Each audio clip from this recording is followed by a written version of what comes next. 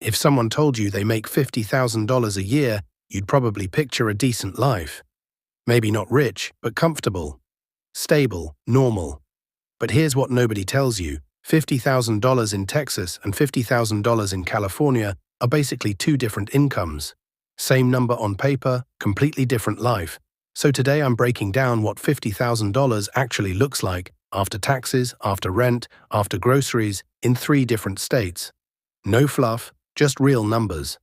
By the end of this video, you'll know exactly where your paycheck disappears to, and probably feel a lot less alone in wondering where all your money went. Let's get into it. Let's start with the number everyone gets wrong. $50,000 a year does not mean $50,000 in your pocket. That $50,000 is your gross income before the government takes its cut. Here's what actually comes out. Federal income tax, using 2026 brackets.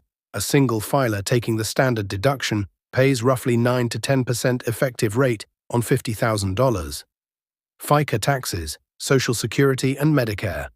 This is a flat 7.65% off the top. No exceptions, no deductions.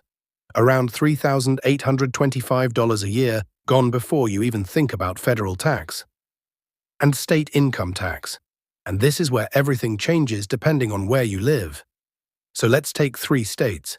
Texas, which has no state income tax, California, which has high state income tax, and Ohio, which has moderate state income tax and a lower cost of living. Same $50,000 salary, same single filer, no kids. In Texas, federal tax comes out to about $4,700. FICA is around $3,825, and state tax is $0. That leaves a monthly take-home of roughly $3,540. In Ohio, federal tax is about the same, FICA is the same, and state tax adds about $1,150 a year. Monthly take-home comes out to roughly $3,440. In California, federal and FICA stay the same, but state tax jumps to about $1,650 a year. Monthly take-home drops to roughly $3,400. So already, just from taxes, someone in Texas is keeping about $140 more a month than someone in California. For the exact same job, same salary. That's almost $1,700 a year just based on a zip code, but taxes are only half the story. The real gap shows up the second rent enters the chat. Let's build a real monthly budget. I'm using Austin, Texas as our example city, mid-sized, popular relocation spot. Not the cheapest in the state, but not the most expensive either. Take-home pay is $3,540. Rent for a 1-bedroom apartment averages around $1,450. Utilities and internet run about $180. Groceries come in around $350. Car payment and insurance average about $420. Gas is roughly $150. Phone is $60. Health insurance premium, if not covered by an employer, is about $200. And minimum debt payments, like student loans, average about $250. Add that up and you get $3,060 in fixed and semi-fixed costs. That leaves $480 a month for everything else. Savings, eating out, entertainment, emergencies, clothes, gifts, literally everything that makes life feel like a life and not just a survival routine. And that's assuming nothing goes wrong. No car repair, no medical bill, no rent increase at renewal.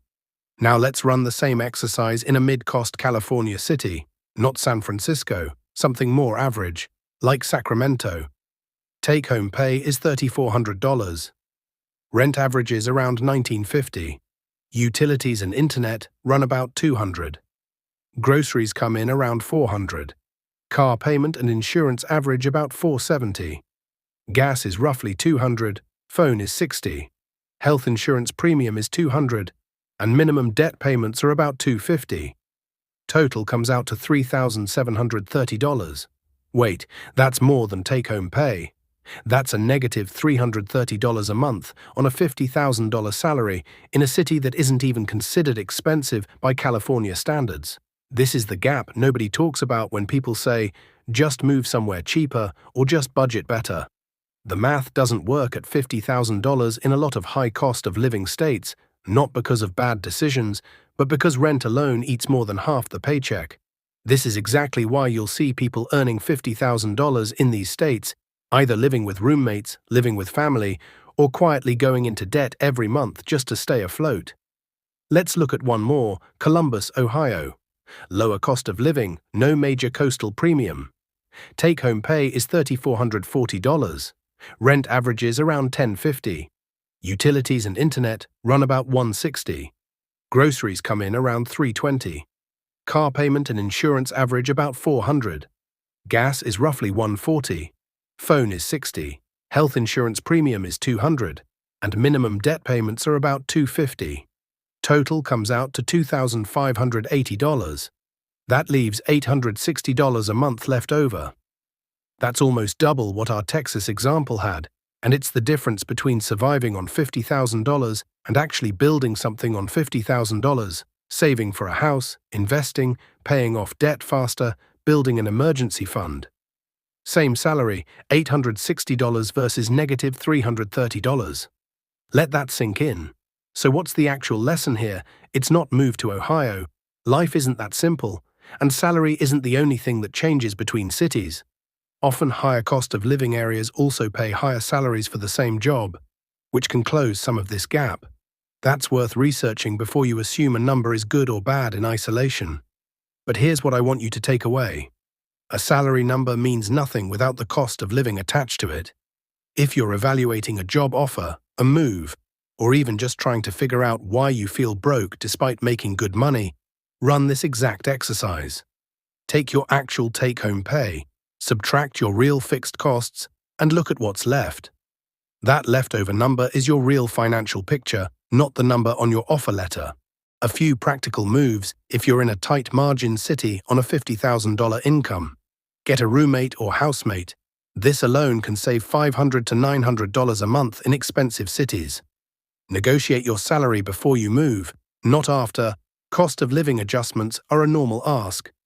Track your actual leftover number monthly, not your salary, your leftover. That's the metric that matters. And look at total compensation, not just salary. Health insurance coverage, 401k match, and remote work flexibility can be worth thousands a year. If this opened your eyes a little, drop a comment with your city. I'm curious how wide this gap actually is across the country, and I might do a part 2, breaking down more cities based on what you all send me.